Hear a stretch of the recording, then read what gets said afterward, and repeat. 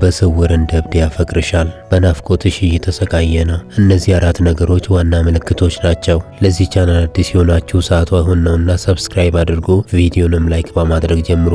አንደኛ፣ አጠገቡ ሆነሽ ከሌላ ወንድ ጋር ስታወሪ አንገቱን ይደፋል። ቀና ብሎ አንቺን ማየት ይከብደዋል። አንቺን በከፍተኛ ፍቅር የሚፈልግ ወንድ ሌላ ወንድ ካንቺ ጋር ሲያወራ ማየት ከባድ ስሜት መረበሽ ይፈጥርበታል። በውስጡ የጥልቀት ስሜት ስላለው አንቺ ከሌላ ሰው ጋር ስትስቂ ወይም ስታወሪ ማየት የባለቤትነት ስሜቱን ይነካዋል። ይህንን ማየት ስለሚከብደው አይኑን ካንቺ ለማሸሽና ስሜቱን ለመደበቅ ሲል አንገቱን ይደፋል። በዚህ ሰዓት በውስጡ ብዙ ሀሳቦች ይተረማመሳሉ። ይሄ ሰው ምን እያወራት ነው? እሷ ስለምን ከኔ ጋር አታወራም? እኔን ታስተውለኝ ይሆን? የሚሉ ጥያቄዎች አእምሮን ያጥለቀልቁታል። በግልጽ አውጥቶ መናገር ስለማይችል ወይም መብት ስለሌለው ያንን ውስጣዊ ውጥረት ለመቋቋም አካሉ ያለ ፈቃዱ ወደ ታች እንዲሰግድ ወይም አንገቱን እንዲደፋ ያደርገዋል።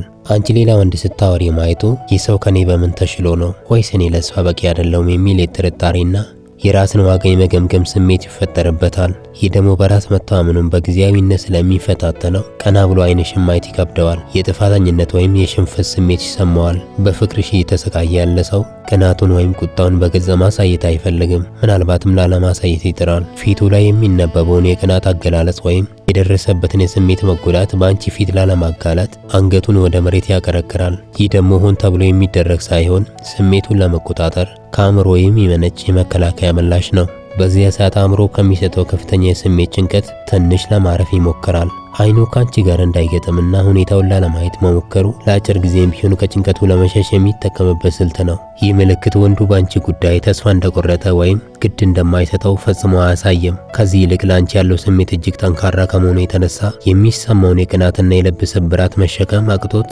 በጸጥታ እየተሰቃየ መሆኑን ማሳያ ነው። ሁለተኛ፣ ሌሎች ሴቶችን ብሎክ ያደርጋል። ገና ፍቅረኛው ሳትሆኚ እንኳን ላንቺ ታማኝ ለመሆን ይጣጣራል።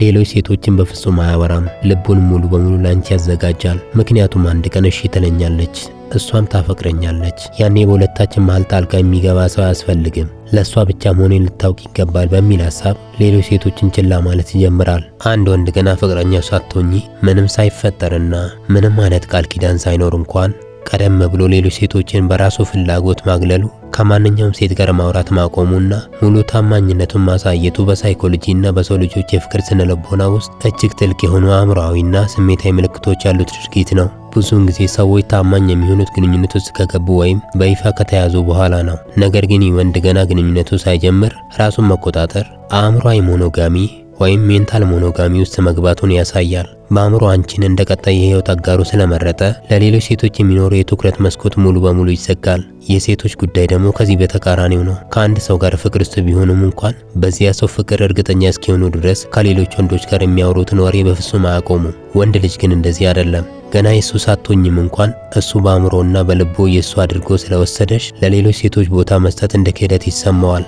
አንድ ቀን እሷ ትወደኛለች፣ የኔም ትሆናለች። ያኔ ለእሷ ንጹህና ሙሉ ሰው ሆኜ መገኘት አለብኝ። ይህ የንጽህነትና የቁርጠኝነት ስሜት ከውስጡ የሚመነጭ እንጂ በማንም ተጽዕኖ የሚመጣ አይደለም። አንቺን ለማግኘት የሚደረገው ጥረት ቅዱስና ከማንኛውም የክህደት መሳይ ድርጊት የጸዳ እንዲሆን ይፈልጋል። በስነ ልቦናው ሰዎች ኢንቨስት ባደረጉበት ነገር ላይ ያላቸው ቁርጠኝነት ከፍተኛ ይሆናል። ይህ ወንድ ገና ምንም ዋስትና ሳይኖረው ምናልባትም አንቺ ፍቅሩን ሳታውቂ ወይም ሌላ ሰው ልትወድ ትችላለች በሚል ስጋት ውስጥ ሆኖ እንኳን ራሱን ለሌሎች ሴቶች ማጋለጡ ከፍተኛ ስሜታዊ ስጋት መውሰዱን ያሳያል። ይህ የሚያሳየው ስሜቱ ጊዜያዊ ሳይሆን ለረጅም ጊዜ የሚዘልቅ ጥልቅና እውነተኛ ፍቅር ውስጥ መውደቁን ያሳያል። ወደፊት ካንቺ ጋር የሚኖረውን ፍቅር ንጹህና ጠንካራ ለማድረግ አሁን በዙሪያ ያሉትን ማናቸውንም አላስፈላጊ ግንኙነቶች ማጽዳት ይጀምራል። በሁለታችን ፍቅር መሃል ጣልቃ የሚገባ ማንም ሊኖር አይገባም የሚለው የውስጥ እምነቱ በዙሪያው ካሉ ሌሎች ሴቶች ጋር የነበረውን ግንኙነት በገዛ ፈቃዱ እንዲያቋርጥና ራሱን እንዲለየው ያስገድደዋል። አንድ ወንድ ከሌሎች ሴቶች ጋር ያለውን ግንኙነት አቋርጦ ላንቺ ብቻ መታመኑ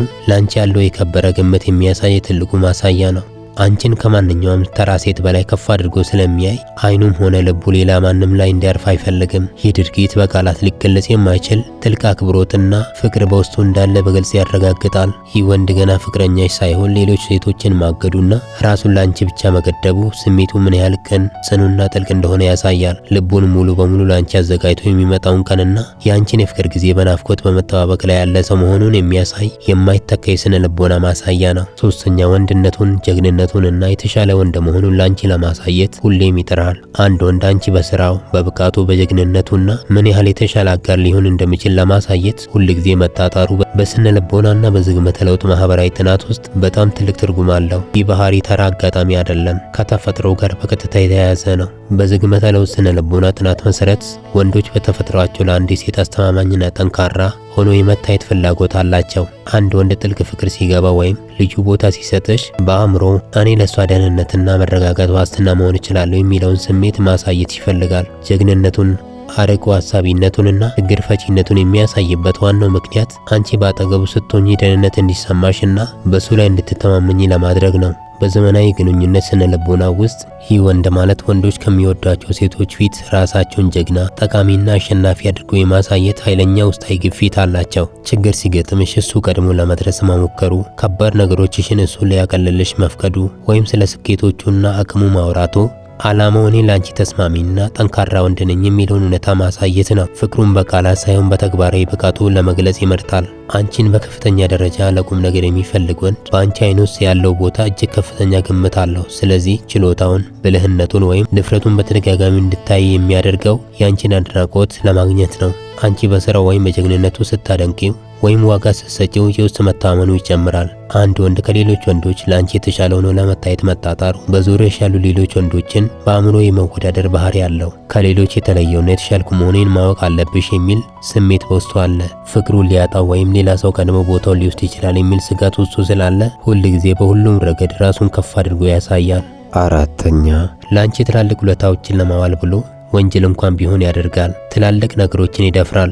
አንቺ ብቻ ይህን ነገር አድርግልኝ በዩ ምንም ነገር ያደርጋል። የፈለግሽበት ቦታ ሄዶ የፈለግሽውን ነገር ያመጣልሻል። አንድ ወንድ አንቺን ለማስደሰት ሲል ወንጀል ጭምር ትላልቅ መስዋዕቶችን ለመክፈል መዘጋጀቱ፣ የፈለግሽውን ከየትም አምጥቶ ለመስጠት መጣጣሩ በስነ ልቦናና በዝግመተ ለውጥ ባህሪ ሳይኮሎጂና እንዲሁም በስሜታዊ ሱስ ማዕቀፍ ውስጥ እጅግ አስደንጋጭና ጥልቅ ትርጉም ያላቸው ምክንያቶች አሉት። በሳይኮሎጂ ውስጥ ሊመረንስ የሚባል ከፍተኛ የፍቅርና የፍላጎት ሁኔታ አለ።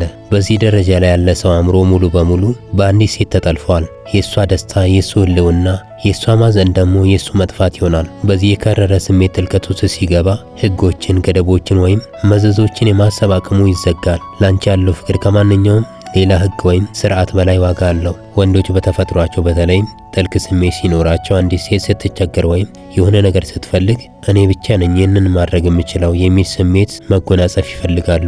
አንቺ የጠየቅሽውን ነገር ከየትም አምጥቶ መስጠቱ በአንቺ አይን ውስጥ ኃያል፣ የማይቻል አስተማማኝ ሰው ሆኖ ለመታየት የሚያደርገው ኃይለኛ ትግል ነው። የአንቺ አድናቆትና ምስጋና ለሱ ከማንኛውም አደጋ በላይ ዋጋ ያለው ሽልማት ነው። አንድ ወንድ ትልቅ አደጋን፣ ወንጀልን ጨምሮ ሲወስድ በአእምሮ ውስጥ ዶፓሚንና አድሬናሊን በከፍተኛ ሁኔታ ይለቀቃሉ። ለአንቺ ሲል አደጋዎችን መቀበሉና ያንን ፈተና አልፎ የፈለግሽውን ማምጣቱ የሚፈጥርለት የስኬት ስሜት ከፍ ያለ ደስታን ይሰጠዋል። በአእምሮ ለሷ ብዬ ይህንን አደረግኩ የሚለው ሀሳብ ለራሱ ትልቅ የስሜት እርካታን ይሰጠዋል። ይህ ባህሪ በጤናማ ማዕቀፍ ውስጥ ሲታይ የከረረ ፍቅር መገለጫ ቢሆንም ከሳይኮሎጂ አንጻር ግን እሷን በውለታና በማይተካ ድጋፍ የማሰርና የመቆጣጠር ፍላጎት ሊኖረው ይችላል። ይሄ ማለት ከኔ በላይ ሌላ ማንም ሊረዳት አይችልም፣ እኔ ብቻ ነኝ ለሷ የምደርስላት የሚል ስሜት እንዲኖረው ይፈልጋል። አንቺን በውለታ መግዛትና በሱ ላይ ሙሉ በሙሉ ጥገኛ እንድትሆኚ ደህንነት ይሰማዋል። ፍቅር ከወሰኑ በላይ ሲያልፍ ሰው የራሱን ህይወት፣ ደህንነትና የወደፊት ዕጣ ፈንታ ይረሳል። ይህ ወንድ እኔ ብታሰርም ህጉ ቢከለክለኝም ወይም ብጎዳም ችግር የለውም፣ ዋናው እሷ የፈለገችውን አግኝታ ደስተኛ መሆኗ ነው የሚል የራስን ህልውና መስዋዕት የማድረግ ደረጃ ላይ ደርሰዋል። እስካሁን ስለተከታተላችሁኝ አመሰግናለሁ። በድጋሚ ለዚህ ቻናል አዲስ የሆናችሁ ሰዓቱ አሁን ነውና ሰብስክራይብ አድርጉ፣ ቪዲዮንም ላይክ አድርጉ።